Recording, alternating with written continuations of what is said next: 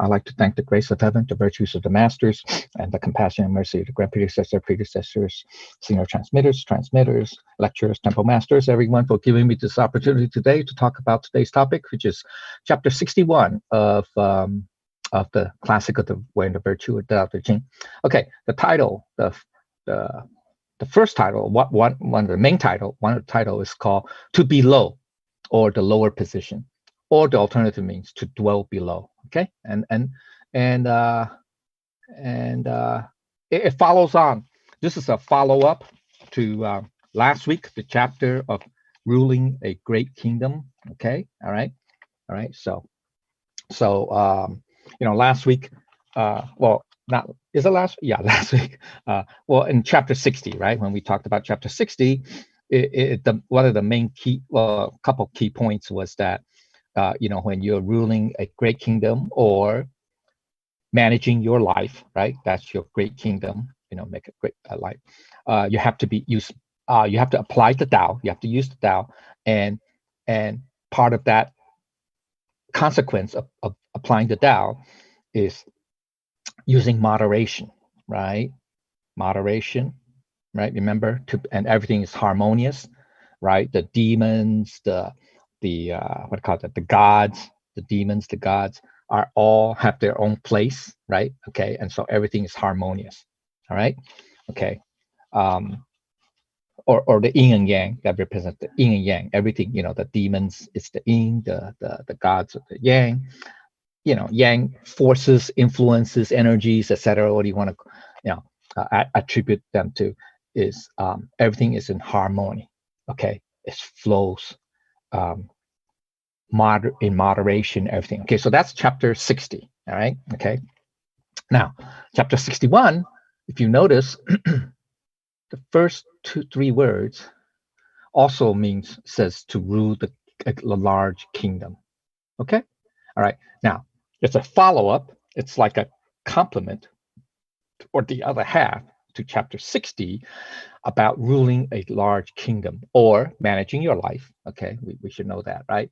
Now, this time, Lao Tzu is emphasizing another point, which is about humility. Besides moderation, yes, you have to use Tao. We have to apply Tao, okay? Because that's like a reflection of nature, right? Remember, in our lives, okay, or ruling a kingdom, okay? Okay, so there are two parts to, or three aspects to that, that's the consequence of applying the Tao. One is, the first two is we already talked about in chapter 60, which is moderation and harmony. Okay, now the third part is humility. Okay, so it's talking about humility. All right. Okay, so anyway, so this chapter is divided into 3 sections. The first 5 phrases, okay, is the thesis, and phrases 6 through 11, that's the next 6 phrases, it's the analysis, okay, and then the last 4 phrases is the conclusion. Okay, all right, so now you know what the main theme is. Okay, let's go to the outline. Okay, so first line, okay, 3 phrases, is ruling a large kingdom is like being the lowest river, or is like dwelling at the lowest reaches of a river. I mean, we can translate it that way, both ways. The converging point of the world, the receptive female of the world. Okay, all right. Okay, basic meaning is, at the kingdom level, okay, at this very superficial understanding level, it's, it's a kingdom, right? It's a kingdom. So about ruling a country. Okay, so the lowest river receives water from smaller rivers upstream. Okay, so that's what the first phrase says, right? But it's a metaphor also for a large country receiving tributes. Okay, or you can say contributions, tributes, service, etc. Okay, loyalty, etc., etc. Okay, from smaller countries, just like in ancient China, Rome, etc., etc. Right, throughout history. Okay, so just as all the small tributaries, tributaries flow into a large river, right? They all converge, right? They all, right, go into a large river. Okay, so that's the metaphor. Okay, so so the large country is like this large river, the Mississippi River, right? Or for example, okay, the Nile, the Amazon, for example, okay, or in China, the Yangtze, okay. And then they have smaller rivers, right, along its path, right, that all flow into this large river. So they represent the small countries, okay, that's contributing to the large river's water flow, right, eventually going to the ocean, right? Okay, so all right, so another meaning is just as the lowest river's power is the sum of all the incoming streams, right? The large country's power is from the contributions, right? We say tributes, contribution, service, et cetera, okay? Small countries. So this is a recurring concept, okay, in the Tao Te Ching. Okay, for example, all right, so chapter 32, an example for the existence of Tao in the world is like valley streams that run into rivers and oceans, right? Okay, that's the last line, okay, of chapter 32, all right? Okay, so that's a recurring theme, okay? So additional meaning is at the personal level now, right? First we talk about a kingdom level, meaning, the broader scope, the country, state level, whatever, stuff like that, that level. But then now we have a narrower, more specific level, which is at the personal level, right? This is Tao Te Ching is like that, right? It has, it applies all throughout these different levels, okay? So at the personal level, as one advances in the path of Tao, that is from the small stream to the river, right? When one has mastered the Tao, then from the river to the ocean. So the ocean is a metaphor for the vastness of the Tao, all right? Or we can say the changelessness of the Tao, the constancy of the Tao, okay? All right, because no matter how much it rains, right? The ocean level probably stays the same, roughly, okay? I mean, yeah, we say global warming when the Antarctic and the Arctic, glaciers or ice, melt, then the ocean level will rise. Yeah, but that's okay. That's different. That's because there's no more ice, okay, or no more snow, ice. Okay, anyway, glacier. Okay, now further understanding is, the first phrase is, when applied to life, a large country is a metaphor for a great person. Okay, so that's why the great country maps to a great person. Okay. Well, okay, and what is a great person? A great person is one who nurtures, leads, or has a positive influence on other people. Where a person's greatness comes from others, small rivers, okay, like the small rivers, or other people. We can say the small rivers would be like the other people, okay, or people that are not great, just the common people, ordinary people, okay. So a great person is the lowest river, the most humble, because the large river, right, it's at the bottom, right? It's always at the bottom. That's how the small rivers can flow to it, right? So same idea. Okay, so the one consequence is that if you want us to aspire to be a great person, then you definitely have to be humble. Okay, so that's the metaphor of what the river, okay, or it's like the dwelling at the lowest river, or being the lowest river or dwelling at the lowest reaches of a river. Okay, all right. So that's the first phrase. Now let's look at the second and third phrases. Okay. Okay. The second phrase, at the basic level, at the kingdom level, also, this describes a large country that becomes a central point. Remember, the second phrase is the converging point of the world, right? Okay. So just as ancient China regarded itself as the central point of convergence. Okay, so in ancient China, as a matter of fact, the name for China, well, this is the modern name. I mean, it really didn't come into use until, I guess, last century or so. Okay, last. Okay, it literally means central or middle kingdom. Okay, that's what literally it means. Okay, all right. Okay, so it just means that a large country, even today, you know, just like in the past, and the ancient, empires, vast empires, the large empires, everything converges to there. Okay, so so it's similar to the expression, right, that all roads lead to Rome, right, of the ancient Roman Empire, right? There's that phrase, right, where ancient Rome was the gathering place, or the converging point, if you will, for all the peoples throughout the empire, right? From the Middle East, North Africa, Europe, etc. It's the center. Rome, being the large country, the empire, large empire, was the center of civilization, commerce, trade, and power, the point of convergence. Okay, so that's what it means. Okay, now similarly in today, okay, so some examples of multiple points of convergence in the modern world. Okay, in the modern world, there are same parallels, okay, of the point of convergence. For example, let's look at technology. What's the converging point of technology? They say Silicon Valley, right? I mean, yeah, now there are other areas too, the what's got the 128 circle near Boston, et cetera, all over the world. But the idea is that there's a convergence or focal point.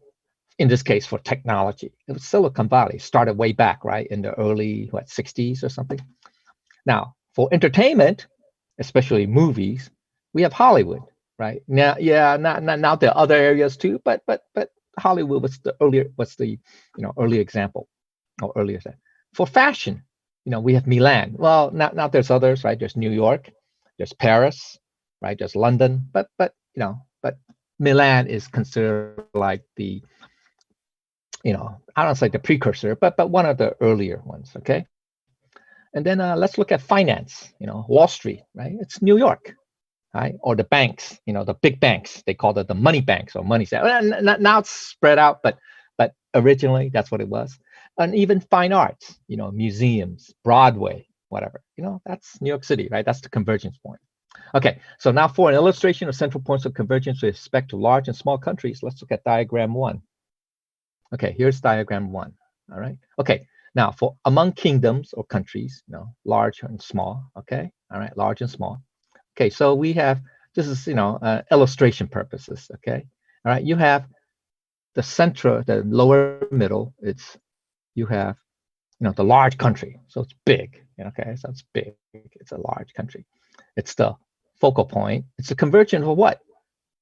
Small country, like once small countries, they would pay tribute, or, be of service, be allies, be loyal, to the large country, pay fealty, respects, right? Loyalty, respects, etc., to the large country. Or another small country may want to join or seek alliance, right? They want to become a part of the large country sphere or coalition or et cetera, they want to be allies, partly the small country because they're smaller, their resources are more limited, et cetera, be it economic, political, military, et cetera. So of course they want protection. Maybe it could be an existential issue, right? So they want to seek alliance with a large country for protection, et cetera, right? In turn, they would pay tribute, right? Or be loyal, et cetera. Okay, so, all right, so. Or countries that already are, let's say, part of the large country sphere of influence, another small country, that is a small country who is already there, they will affirm allegiance. Yeah, they will say, hey, big brother, we will, do what you, what you want to set out to do, in the world or whatever, in or on a particular issue or et cetera, et cetera, et cetera. Okay, so that's how small country also, right, interacts with a large country. Or this is the convergence, remember? Okay. Another small country may say, hey, for existential issues, even though they're not part of the alliance, but they want to request protection, maybe from a, aggressive neighbor, or maybe because of border disputes or whatever. Okay, so they would also come to the large country. Or another small country might want to say, hey, because even though we may have our own vibrant culture, but we like to share or exchange, have a interaction with a large country, so there's the cultural exchange, right, aspect. Okay, that's another aspect of the relationship, right? There's a conversion. And another country might say, a small country might say, hey, we're good at producing whatever ABC XYZ products or whatever services, and we like to increase or establish commercial commerce or trade relationships with this large country because they have a bigger market. Right? They have a bigger market, larger people, larger population. They could, they may like our product, so that's the economic, right? Economic relationship, right? Or convergence, right? This is called the, I forgot his name. I think it's Ricardo's law of economic. It has to do with trade. It's called, I forgot, it's called Ricardo's law or something, about talking about the relationship, economic relationship between small country and a large country. It doesn't have to be a large country, but just relationship between different countries in terms of each country may have what they call either scales of economy or expertise, specialization, expertise in certain areas that they can exchange with another country. All right, so that will end up with a mutual benefit. So it'll be a mutual relationship, mutually beneficial relationship. So that's the economic side, the cultural side. You can say the military, political. This is political, maybe. This is military. This is diplomatic, and this could be economic and political too. Okay, so there are different relationships, but all these relationships converge to this large country. Okay, so that's how, right? Makes sense? And so the point is convergence and reception. So yes, the convergence is from the small countries, right? Okay, they all converge to the large country. Okay, so that's the focal. And then the large country, it's receptive. The large country recognizes the small country's contributions, tributes, contributions, service, etc., loyalty, all that. So they're receptive. So it's it's both. It's actually a two-way relationship. Okay, all right. So that's what an example of modern day would be. Okay, all right. Now on the personal level, now that's on the state level scope, right? Okay, or the country scope, level scope. But on the personal level, the great person applies the Yin principle in life by what? Using the soft approach, the soft touch, and being receptive. Okay, that's the Yin principle. Okay, so ready to listen to others. This is why people are drawn to sages. Okay, so for modern world examples, so that's Yin principle. So that's why Lao Tzu uses the term, right? The receptive female of the world. Okay, all right. So that's represent the Yin principle. And here, well, how does that apply? Okay, here. Okay, so in the modern world. Okay, for us in the modern world. Okay, all right. So you have you being the large country. How are you the large country? Because you're the customer. You're the purchaser.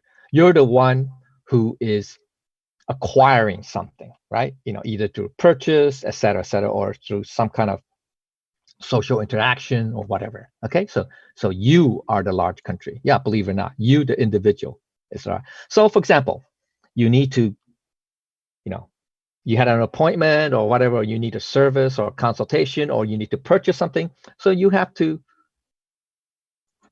call Uber, Lyft, or whoever, or you can drive yourself. But if you don't, you either take the bus, the train, or call a car service. So on transportation service, you rely on a driver, right? You need a driver to take you, subway conductor, whatever. Okay, so that's the relationship, right, between you as the consumer or customer and the driver. Okay, so there's a relationship there. Okay, so the driver in this case would be the small country because they're providing a service, right? Okay, to you. Okay, and then let's say you arrived at your destination, you enter a building, or you're about to enter a building. You greet either the reception. These are generic terms. Okay, so I mean, you can use examples, throughout life, but these are just some examples. Okay, this is not to be everything. Okay, this is just example, just like the previous one, just examples. Okay, so there's the guard, just the security guard, the gatekeeper, doorkeeper, okay, or the receptionist, right? So that so you interact with that person. They're also of service, even though they're not your employees or whatever, but their service is to what? Provide security and allow access to you as the customer. All right, so that's another relationship. Okay, so this is just a very general. Then there's the staff, of either the company, organization, et cetera, who you make appointments with, who you interact with either through the phone or email or whatever, or personally, to make an appointment, to say, okay, I have a 2:00 meeting or appointment with such and such a person, with a doctor, with a lawyer, et cetera, accountant, whoever, okay, whatever. All right, so then that's an example. Then there is the actual provider that, okay, that you consult, that you need to consult, let's say actual provider of certain services. Could be a doctor, right? Your primary care physician, your internist, or whoever, family doctor, pediatrician, etc. You need to consult their expertise, talk about, okay? So, or it could be an accountant on your tax returns, or it could be a lawyer on certain, maybe contracts or something, whatever, okay? So that's another example. Or it could be a service provider, such as a, let's see, what we call that? What do they call that?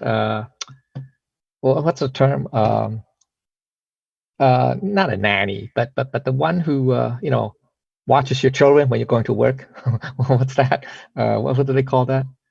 Anyway, doesn't matter. Okay, so it could be like that, or you need to renovate, your house. Like we just renovated, we converted our oil furnace to gas furnace. So we have to contract a service provider who does, that type of work, right? Or a plumber. Well, actually, yeah, plumbers, yeah, plumber, electrician, cable service provider, whoever, okay, whoever. All right, so that's another example, okay, and you're the customer, so they are providing service to you, just like the doctor, the lawyer, the accountant, et cetera, okay, all right, okay, or the retailers, okay, the brick and mortar shops, or it could be online, Amazon, et cetera, okay, they are the ones who provide you with what? Goods, consumer goods, foods, drink, et cetera, right? Or like a restaurant, the restaurateur, so they also provide service to you. So you are the central point, all right? You being the customer, even though you're just, you could be a nobody, but still a customer. But all these service providers, right? Or various, this is just generic examples. All what? Provide service and converge to you as the customer, right? Okay, all right. So once again, same concept, convergence. All these different service providers, okay, converge on you, and also you being the customer, like the large kingdom, large country, is receptive, right? You're receiving, right? You're acknowledging, right? And receiving their services. Okay, same idea. All right, okay, so that's the same analogy, okay, to the large kingdom, all right, being as an individual. Now, the last phrase, right, remember we say female refers to the Yin principle, okay? And what does that mean? At a specific level, it refers to the receptive receiving state, the metaphor for the large river that receives all the waters from the small streams, which is in accordance with the Yin principle, okay? The Yin principle is also the gentle and soft approach, all right? Now, so the receptive female, that's the third phrase, right, has different layers of meaning, okay? One is that it is on the receiving end of small streams. Okay, so that's the Yin, right? It's on the receiving end, right? Okay. Or the second one is that a large country treats small countries with courtesy and goodwill. Over time, this has the effect of making the large country even more powerful because it has more allies, in its sphere of influence, right, etc. So that's why the large country, therefore, the large country is not just one country, but it's really the sum of all those small countries. All right. Now, in diplomacy, okay, it means a policy of international partnership, right? Group of equals or like-minded, countries, etc. When a large country treats the small countries as equals, it is treating them as equal partners, even though the large country is actually more powerful, economically, militarily, politically, etc., culturally, even, okay, all right. But it means mutual cooperation, collaboration, and assistance rather than domination. All right. So once again, just like in the chapter 60, it talks about moderation and harmony. So that's the, that's the reason why there's harmony, okay, and moderation, because everybody's treated as equals, and there's mutual beneficial relationships in terms of cooperation, assistance, etc. All right. Okay. So additional meaning of the phrase is that this is in accordance to the Tao. That's how Tao works. Just like in chapter 61, we say everything is in harmony, everything's in its place. Yeah.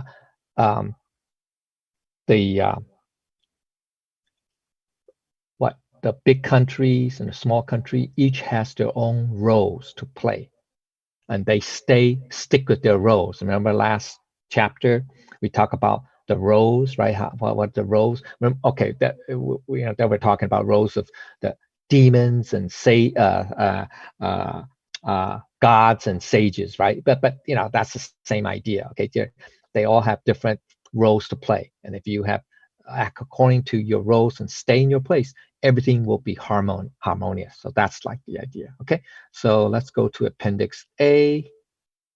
Okay, so this is in accordance with Tao, which is like the receptive female that go with the flow. Let the convergence continue on. So how's it relevant to our lives? Okay, here. All right, so the Tao applied to life, part 1. Okay, so there are two aspects. First is that relationship dynamics always change. It's always change. It's not fixed. That's another thing. Okay, so sometimes, for example, you are the large country, such as what? You're the parent, you're the supervisor at work, or you're the customer. Okay, and sometimes you're the small country. You are the child of your parents. You are the worker. I don't say low-level worker. You're just a worker. You're just a worker. Okay, you could be a manager, but you have people beneath you, but you also have a boss that you report to, right? So, or you're the service provider. That's part of your work. You could be a teacher, et cetera, all that. Okay, even a doctor, lawyer, accountant, et cetera, right? So that's why you wear more than one hat at the same time, right? Depends on situation or on the relationship, right? Depends on the nature of the relationship, right? So to your children, you are the parent, but to your parent, you are the child, right? So etc. Right? Okay, so that's why the dynamics always change. Okay, so that's very important to recognize. It's not fixed. The key is it's not fixed, or it's just not one way relationship or one type of relationship. Okay, now when you play the role of the large country, okay, when you play the role of the large country, that in this case, you're like the parent, the supervisor, the boss, or the customer. Okay, there are two things. One, always be open and receptive to alternative opinions. So, because you are the lowest river receiving from smaller rivers upstream, right? So you are the lowest position, right? Okay. 2, always be courteous to those who provide service, the humble approach. So one is receptive and the other one is humble, humility. Okay. So for example, you as the customer, okay, you have to be courteous also to the wait staff, the store clerk, the cleaning crew, security guard, reception, etc. Right? You as the customer, remember the diagram 2, right? Okay. Now for the large country, okay, you also have to be humble because the service of the small countries is the tribute to the large country. So you want to express your appreciation to them for their service, loyalty, etc. Fealty, contribution, etc., etc. Okay, whatever. Okay, so that's what it means. Okay, all right. So it applies both on an individual level and on a country level, if you will. Okay. All right. Okay. Oops. Okay. All right. So that's Appendix A. Okay. Now, further understanding at the kingdom level is that what is contrary to Tao, though, is domination, intimidation, interference in the internal affairs, and the looting of resources of small countries. Okay. That's not. So imperialism, colonialism, that's contrary to the Tao. Okay, so that's not harmonious, and that's not an equal relationship. All right. Okay, so we have to interfering, constantly meddling in the internal affairs of the smaller countries, etc. Okay, supporting coups, etc., etc. Okay, all right, or supporting one faction over the other. All right. Okay, so that's contrary. All right, that's not moderation. That's not harmony, right? Remember last chapter, how the demons and the deities, they stick to their own realms, their own spheres, and they don't meddle, right, in each other's, in the human, sphere, etc. Okay, so same idea. Now, on a personal level, we to what is contrary to Tao, what is not harmonious, what is not moderation, right? What is not humility is to be an aggressive, domineering, and intimidating way to those who play the role of the small country. Like you're aggressive or intimidating to the wait staff, to the service provider, to the receptionist, to the driver, etc., etc. That's not how we should interact, right, with the service provider, the role of the servant, meaning the service providers, right? Okay, or to the children, to the workers underneath you, etc., etc., right? Okay, so same. All right. At a deeper understanding level, the receptive female represents the yin energy. Once again, it's a recurring theme from previous chapter, same idea, right? The yin energy, the demons represents the yin forces, okay? Now, this energy is in all things, including males, which is the yin within the yang. Yeah, the male is yang, that's true, I mean, on the whole, but there's also a yin within the yang, okay? Even so, same thing with the female. The female is yin on the whole, but there's the yang within the yin. Okay, all right. So there's no such thing as the only yang person or the only yin person for that matter. Okay, there's no such thing because then that's pure absolute, and that's not in phenomena, in natural phenomena. Okay. So everything living being is the balance of both the yin and the yang energies. Okay, so we have to understand that. Just like in chapter 60, right? We have the yin and yang forces that are harmonious, right, in their interactions, etc. Okay, all right. So for the great person, by applying the yin principle, that's being the receptive or the female, the receptive female, there's no interference or intimidation. There's nothing contrary to the Tao. That's what we're trying to say, okay? Because the yin is what represents the quiet, the still, the gentle, right? The soft, right? That's what yin represents. I mean, the yin. Okay. Besides the female, never mind. Laos is just using the female to represent these different yin, quote unquote, principles or qualities or traits. Okay, all right. So the implication is this: is that being a great person is not just inspiring others. Yes, you're going to be a leader, right? You're the leader, you're the boss, supervisor, you're the parent, etc. Okay, but it's also asking for their help. See, so there's two ways, right? Remember, convergence and receptive, right? So you have to be receptive to their help. Okay, so the great leaders throughout history know the virtue and power inherent in humbly asking for help. Yeah, throughout history, we have seen great leaders, great persons, who very humble, and they ask for others' help. Okay, and they're very humble. They don't say, "Oh, I know it all. I can do it all." It's a one-man show or whatever. Okay, none of that. That's not a great person. Okay, all right. So in the history, great person is like that. All right. Okay, it's always very humble. All right, very receptive, willing to listen to others, willing to receive help. Okay, or suggestions, recommendations from other people. All right. Okay. So the key point is, it is never beneath you. That's what the Shalu means. The lower reaches, right? The lower reaches or the lowest point of a river. Okay. Those, to ask for help. It is never beneath you. It's a sign, rather, of your greatness. That's being humble, the most humble. So by applying the yin principle, that is the receptive female, a great person can be the center of their life. That's the convergent point. Okay. That's the focal point. All right. So let's go to part one. Okay, so one key takeaway is, as the large kingdom. Okay, so the large kingdom, okay, on the surface, meaning that's what this chapter is saying, right? The first phrase. So the large kingdom maps to the great person. It's the great person, or to the great life. So therefore converge. So remember ruling a great kingdom, last chapter 60. All right. Okay, so same idea. The great life, right? That's what it's like. Cooking a small fish, that means you have to be delicate, you have to be cautious, you have to be moderate, you have to be moderate and humble. Okay, also harmonious and humble. Okay, so the lowest river, okay, means that the greater your aspiration, the more humble you are.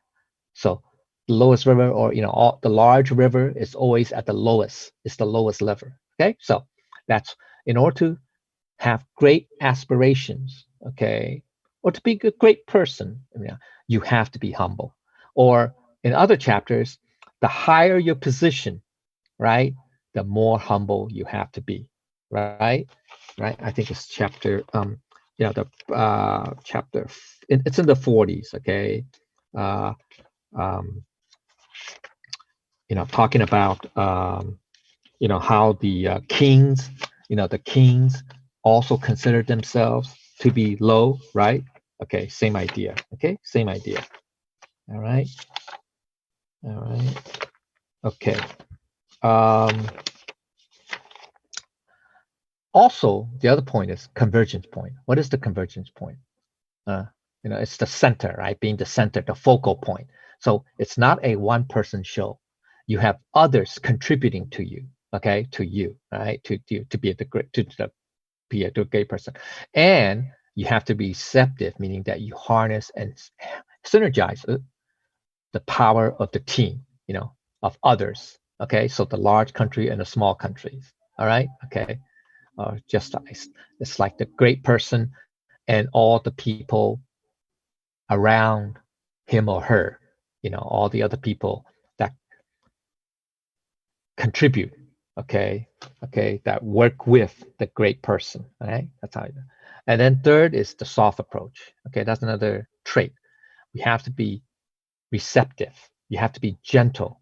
All right, you have to be kind. Uh, you have to be considerate, right, etc., etc. Okay, so it costs nothing to be kind. Okay, all right. Okay, where are we now? Okay, all right. So so that's the key points of this first section. Well, the first line, really. Okay, just the first line. All right. So let's go back.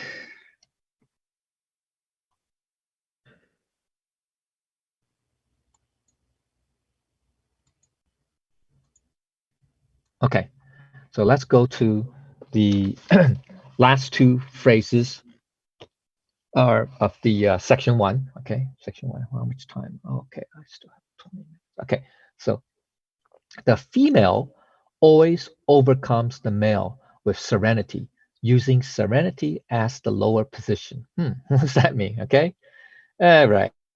Okay, so what does that mean? All right, basic meaning is this. This is very important because you're gonna come across this type of theme or principle, if you will, okay, throughout the Tao Te Ching. Okay, it's already been mentioned at least once or twice, okay, in the previous chapters. All right, so this is a recurring theme. That is, the soft overcomes the hard. Okay, the soft or the gentle approach overcomes the aggressive approach, or the explosive, the quiet approach, or the tranquil approach always overcomes the explosive, domineering, explosive type of approach. Okay, so recall, the soft overcomes the tough. Okay, that's just the first phrase. Then the weak overcomes the strong. That was the second phrase, but it's found here. It's found, oops, let's do this here. Hold on, let's highlight this. Okay, here. It's found in the fifth to the last phrase of chapter 36. All right, chapter 36. Anybody remember what chapter 36 is? Okay, chapter 36. It's subtle clarity. It says, phrase 10. It says, the soft overcomes the tough, or the hard, overcomes the tough, and the weak overcomes the strong. Okay, all right, chapter 36, subtle clarity. All right, and we also found it in the same idea in the softest things of the world override the hardest things of the world. Right, chapter 43. Anybody remember what that says?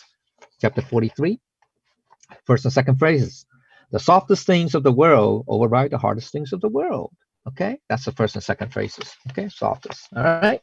So I mean, this theme, and also in other chapter 70s, in the 70s, we will come across the same idea. All right. So this is always, it's a recurring theme. Okay, and the reason why it's recurring is because Lao Tzu wants to make the point that the yin principle is actually very important. Okay, he wants to stress that. Okay, so another meaning is that it's not about the female, that's the yin, right, versus male, the yang. No, Lao Tzu's not talking about that. He's not saying, oh, the female is stronger than the male. No, that's not what he means. Okay, all right. Rather, it's the observation that the yin principle, quote unquote, overcomes the yang principle in a given cycle of time, in a given period of time, a given cycle, okay, of time. All right. Sages observe that in nature, the yin principle, quote unquote, wins in the end. So let's talk about our life. Okay, more specific. Okay. All right. We know that in all phenomena, it's always the interaction between yin and yang, right? In other words, there's never only yang and there's never only yin, right? There's always a combination, or you can say a merging of these two, you can say dualities, right? The two. Okay, now yin and yang, we're speaking in terms of duality, not just male, female, okay, or positive, negative, okay. But so in a person, let's use a specific example, in a person, when a child or a baby is born, okay, it doesn't matter their gender, okay, it could be male, female, doesn't matter. Okay? So once a baby is born, this toddler, we can say, speaking in general principles between yin and yang, we can say that this baby or toddler has the maximum yang energy. Yeah, we can say it has maximum. In this case, the yang energy meant vitality. It's life force. It's at its max. So as the child or toddler, grows older, its yang vitality decreases over time. And that's when the yin, that just means that the yin energy is increasing, or the yin forces have increased over time until the death, right? So you have the birth, the beginning, and the end, the death, right? The death of, of no longer the baby, the toddler. It's an adult. He could be an adult, an old person, or whatever, okay? That's when the yin energy is its max and the yang energy at its minimum. All right. So in any cycle of life, we call the cycle of life between birth and death, the interaction between yin and yang is that the yin at the birth point is at its minimum, lowest, and the yang's at the highest. But then at the end, we say death, right? We say death, okay? That's when the yin is at the max and the yang is at the min. So therefore, in a cycle, in this birth, death cycle, what happens? The yin overcomes the yang, right? That's what it means. Okay. So just like in the 4 seasons, same thing. Spring, right? Yeah, the yang energy of the plants are the strongest. That's why it can grow, right? It can turn green, flourish all the way to reach its peak. Come fall or early winter, you see the leaves dropping, right? Changing color, dropping, right? Flowers no longer flowering, the plants no longer producing any fruits or anything, right? That's when the yin is reaching the max, just like now, right? So that's why it's winter still, right? Still, we say dead of winter. It's dead. That's the yang energy for the plants in this case, all right? It's at the minimum. The yang energy is at the minimum, and the yin energy is at the max. Okay, so that's the same idea, the cycle, the 4 seasons. All right, same idea. All right, so sages observed that in nature, the yin principle wins, quote unquote. We say win, because that's the path. I mean, hey, it's also in physics too. Okay, in thermodynamics. Okay, it's called entropy. Entropy always wins in the end. Okay, it's a one direction, unidirection. Okay, everything breaks down or becomes less. We can say organized. Okay, so that's what it means. Okay, that's called entropy. Okay, delta S is always greater than 0. Okay, so then it's always increasing. That's in thermodynamics. Okay, so everything breaks down. If you look at the universe, the cosmos, same thing. The sun eventually will die, right? The sun eventually will die. I mean, it takes a long time, but in one life cycle of the star, it's going to end, right? It's going to become either a neutron star or whatever. Okay, it could become a black hole if it's massive enough. But anyway, right? So that's the whole idea. Okay, so that's the cycle. All right. Now, additional meaning is that in this classic, there is no male-female equality. In the Tao Te Ching, okay, Lao Tzu doesn't say, oh, the yin and yang are equal. He didn't say that. I mean, yes, it has to be harmonious. Okay, they have to interact harmoniously. Okay, because that's what the reflection of the Tao is. Okay, or oneness. Okay, but there's only the eventual quote unquote victory of the yin principle. Okay.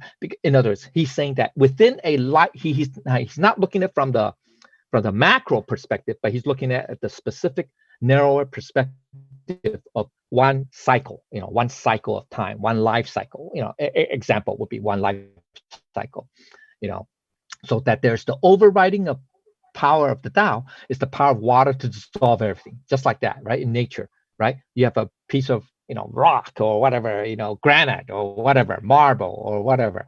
But over time, it'll get eroded by either wind or water, right? I think chapter 40, 42, right?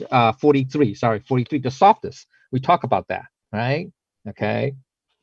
So everything will break down. That's the yin principle in play. That's the natural cycle. It's a natural cycle. Okay. You're not, you can say, oh, I want to, preserve my yang. absolute yang or whatever, and I want to stay, young forever or stay strong forever. That's impossible. That's impossible. You're not Superman, okay? Even Superman will die. But anyway, but eventually you'll get weak. Eventually.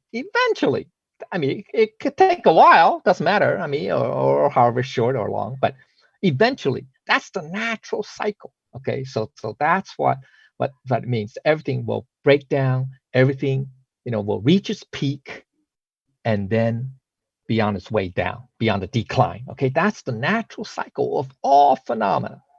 So applies to you, applies to the plants, applies to inanimate objects like rocks, stones, etc. Okay, to planets, to the sun, to the galaxy, etc. Okay, so all right, so thus this classic speaks to the the mystic female and not the mystic male. Yeah, so right in this classic we talk about the mystic female. I think chapter, what's that? Chapter 6? Is it chapter 6? Chapter 5 or 6, right? There is a calling about the mystic. Yeah, here it is. Okay, chapter 6, the valley spirit. Okay, it says the valley spirit never dies. It's called the mystic female.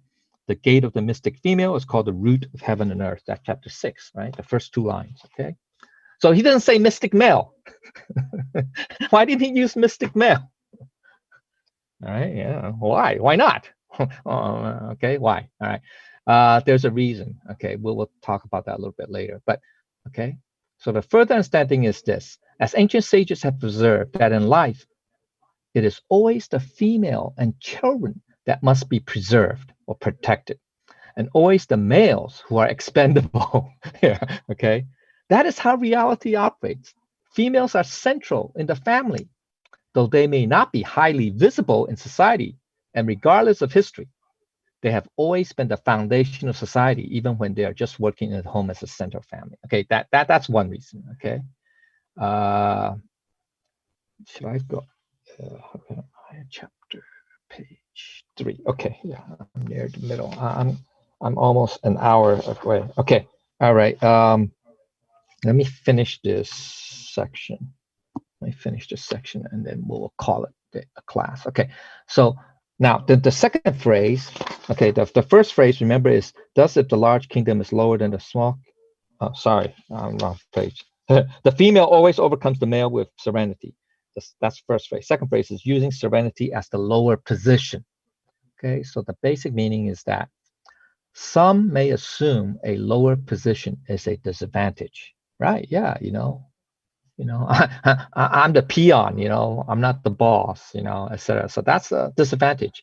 I'm a follower, not the leader. Okay, but in the Tao, actually the lower position is the source of power.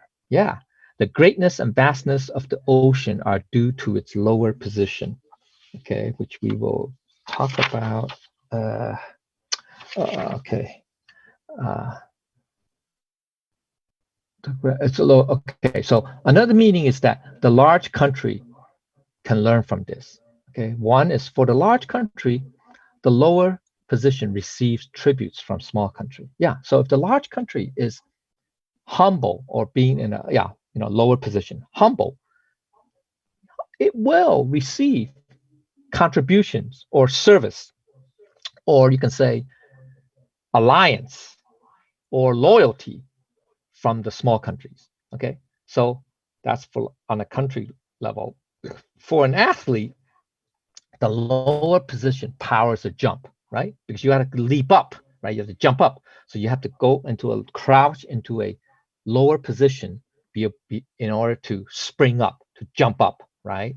Now, for the individual, the lower position is the humility of greatness. Yeah, seems like a oxymoron, right? How can you be humble and yet you be great, right? Okay, actually, they reinforce each other. Okay, so they are like two sides of the same coin. Okay, so you are only truly great when you are truly humble. Yeah, that's it. Okay, so additional examples of the difference between the yin and yang traits. Let's go to appendix B. Okay, so about the yin and yang. Okay, the yin and yang. All right. Okay, so water cuts through rocks. Okay, so we talked about in chapter 40, I think it's 43, right? The softest. Okay, all right. Okay, okay. So in time, oh yeah, that's what I was going to talk about. 36. Okay, okay. Now, in time, water dissolves everything. Yeah, over time, right? Okay, so the victory belongs to those who go the distance. That is the turtle versus the hare. Right? The hare has explosive speed. Right? It starts out boom. It can go very fast, but it can't endure. Okay, eventually it tires out. Right? Becomes fatigued. Whereas the turtle starts out very slow. Right? It's very slow, but it endures. It has stamina. It can last. Okay, over the distance, over time, it will outpace the explosive hare, right? So that's the yin and the yang. Okay, all right. So 2, the soft overcomes the hard. Okay, so Tao cultivators have to use the yin principle skillfully. Right, skillfully. Okay, we have to use the yin principle, meaning being receptive, right? Being open, listen to others, right? We have to use that skillfully. Okay.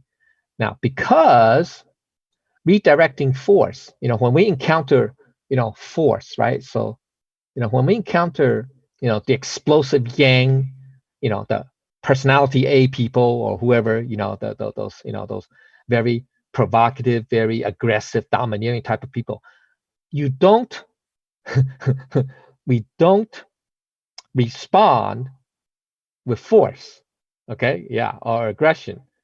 Then that's like fighting fire with fire, right? Okay, so that's not the way it works. Okay, that's how you're not going to de-escalate, okay, the situation, right? So because redirecting force is always better than head-on confrontation or collision, right? Example of that would be the Tai Chi exercise movements, right?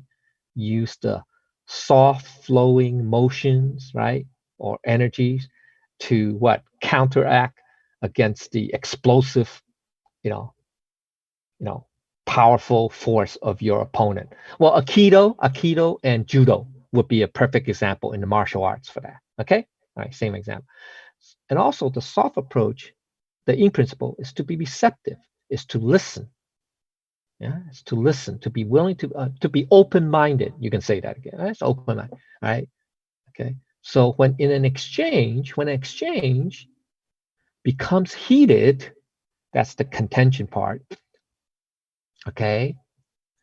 The wise person chooses to remain calm by using the yin principle, that's the receptive female, to overcome the explosion of violent rhetoric or the aggressive attack. That's the yang principle, with serenity, with tranquility, with calm. Okay, that's how we encounter these. That's how we should respond to people who, are very aggressive, using aggressive attacks or criticisms, etc. If you respond in kind, then guess what? It's going to spiral out of control, right? I mean, that's it's not going to de-escalate, right? So that's why in hostage negotiation, you have to, the negotiator must have to respond, have to be receptive, have to respond with calmness. Okay, not with fire, fight fire, fire. Okay, that's the way. That's not how you're gonna de-escalate, right? Okay, so that's the idea. Okay, so all right, so in a way, the yang, quote unquote, yang principle tends to defeat itself in the long run. Yeah, so in this cycle, okay. So recall, if one wishes to weaken it, one must first strengthen it. That's the third and fourth phrases of chapter 36, once again, okay? Okay, so yang energy does not last long, just like the rabbit, right? Whereas the yin energy always endures, like the turtle, okay? All right, so that's that for, okay, so we're done with the summary part 2 of the appendix. Okay, B. All right, do I have to, okay, I'm already over. Let me go finish this section. All right, okay. So further understanding is, in the second phrase, is that in the short term, the yang energy can be explosive, loud, powerful, and violent. But in the long run, towards the end of the cycle, within a given cycle of time, it is the yin principle that's represented as peace, quiescence, serenity, and tranquility that will eventually prevail. All right, so that's a go back to that. Okay, so now in the deeper understanding is that whether in ancient or modern times, this same concept applies to nations and people. So we must also apply this to our lives as well. We want to have an open and receptive mind, especially when we are at at an advantageous position, such as a large country. A large country has more population, more resources, stronger economically, militarily, et cetera. That's okay. Or when you are as a person at an advantageous position, such as you are more wealthy, more famous, or has more power, etc. Like the boss, etc. Okay, so we have to have an open and receptive mind. Okay, the higher understanding is this: the quiescence or the serenity represents the female, which also is a metaphor for the earth, right? The earth. The earth represents yin, right? So the stillness of the female principle represents the Tao essence, while the actions, that's the movement, which is yang, of the male principle represents the functions or manifestations of Tao. Because the essence, which is the stillness of the female, is the source of all functions that are the movements now. Then the female always surpasses the male because all manifestations of phenomena return to the source. Now, I didn't write it down here, but we should, you can note it. I'll give you a line. It's in chapter. We already encountered a very similar idea. This is the very first two phrases of chapter 52. Okay, hold on to mother, 手母张. Okay, hold on to mother meaning to the Tao. Okay, the first two phrases. The world has a beginning. We regard it as the mother of the world. Once again, so Prince, right? He doesn't say, Lao Tzu didn't say, we regard it as the father of the world. Very interesting, right? He uses the mother. Okay, so and then the next two phrases, having its mother, we can know her children. Okay, so that's in section 1, or the first two lines, if you will, of chapter 52. Hold on to mother. So that's why he used the word. He allows to always like to use the receptive female or the mother, to represent. You can say the source, the Tao, the essence. Okay, because it gives rise. Being a female, it gives rise to everything, to all phenomena, all manifestations. So what the female represents in the higher level understanding, the essence, whereas the male represents all the manifestations or functions of the essence. Okay, so that's the same idea. So why is the female overcomes, quote unquote, right? That's what this line says, right? It's the female always overcomes the male with serenity. I mean, with means tranquility, okay, or stillness, okay. Why is the female? Because the female is the essence, and the male are the functions. All the functions, what? We'll go back to source, right? Comes from the source, right? Okay, so that's why. All right. Okay, so that's the meaning. Okay, so implication is this.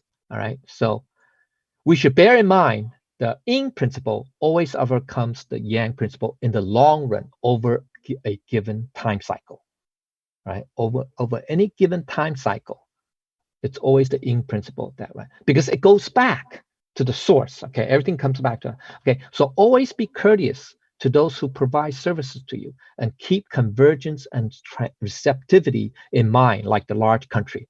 That's when you play the superior role, okay, when you are the superior, when you are the boss, et cetera, okay. So having privilege, okay, like the large country, having privilege, and never engage in domination, intimidation, or aggression, because that's contrary, right, to the Tao, right? Okay. All right, so we are here. Okay, so the key point is this. We are over time. Okay, the key point is this. In the home, the large country is the mother of the family, okay, which is the yin principle. This ing principle represents peace, quiescence, serenity, and tranquility that will eventually prevail over the explosive, powerful, and violent yang principle in the yin. So the lower principle means having humility, being the convergent point and receptive female of the world. Okay, it's already an hour, right? Okay, it's about 65 minutes. So let me stop here because I still got like 7 more pages to go. So I'll stop here and then we will pick up on part 2. So I'm about exactly halfway, roughly halfway, okay, of the, well, actually, I really have 2 more sections to go, I think. Let's see, if you, maybe I could take minutes, let me,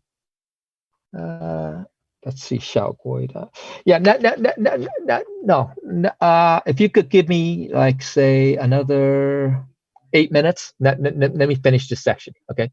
All right, so this is because this is the part B of section 2, sorry, part A of section 2, okay? So thus, if the large kingdom is lower than the small kingdom, then it can take the small kingdom, because this is important. Maybe I shouldn't. Yeah, this is an important phrase, because people say, oh, this means to occupy, to dominate, that's wrong. That's not what it means, okay? So it just means to earn admiration and respect of the small kingdom. So that's what, if the large kingdom is lower than the small kingdom, that means it's more humble, receptive and humble of this. Okay, then the small kingdom, then the large kingdom can earn the admiration and respect of the small kingdom. All right. So here's the basic meaning is, if a large country is lower than a small country, it means being courteous and welcoming towards the small country. Okay, that's what it means. Another is, despite being more powerful, either militarily, economically, etc., the large country should treat the small country as an equal, because this does not diminish the large country's status of greatness. All right, now at the personal level, it means to dwell at the low place, like the water, is to be humble, not arrogant, is to treat others as equals and be courteous to all. Further is that to be courteous and welcoming of others means to set a positive tone for human interactions. Okay. Note well, the nonverbal cues are just as important as words. Okay. Let's go to the second phrase, means it can take the small country, or meaning to earn admiration and respect. Okay. It's that at the kingdom level, take means to win over the small country by not being domineering and arrogant. Okay, so that's important. So this means the small country then becomes a loyal ally. All right. So at the personal level, the great person is humble. That's the great country, right? The great country maps to the great person is humble, not arrogant, and not domineering to others. That's the leadership trait of a great person. All right. So for examples of this type of leadership by a large country as applied to life, let's go to Appendix C. Oops. Appendix C. Okay, so this is the part 2 of Tao applied to life at the leadership level. Okay, so in our world, one example of a large country is the boss. Okay, it's a boss. Okay, so the wise business leader, the boss, knows this Tao principle intuitively. That is, being humble, treating everyone as an equal regardless of their position. That's first aspect. Second aspect is being receptive, listening to the employees, not just listening to what the leader wants to hear. Okay, and then the third aspect, the combination is being humble and receptive still does not diminish the leader's status in a way. Still the boss, right? You're still the leader, the CEO or whoever. Okay, so you can still be humble and receptive. Indeed, this enhances the leader's prestige and inspires loyalty. So this same pattern, okay, also applies in all different settings. In the home, the parent is the large country. The parent must be humble, never assume that you are always right, and receptive, that is, willing to listen to the children. or to your partner. Okay. In doing so, it still does not diminish the parent status in any way. This will only increase the love in the family. Okay, so that's the end of Appendix C.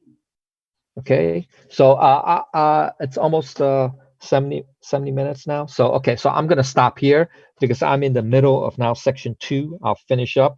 We're about halfway. All right, so I'll finish up next time and continuation. All right, so I'll stop right here. I don't want to go on too long. Okay, so all right, so if I say anything wrong or did not say anything correctly, I ask for the Buddha's and Lao Tzu's guidance and everyone's guidance. Okay, thank you.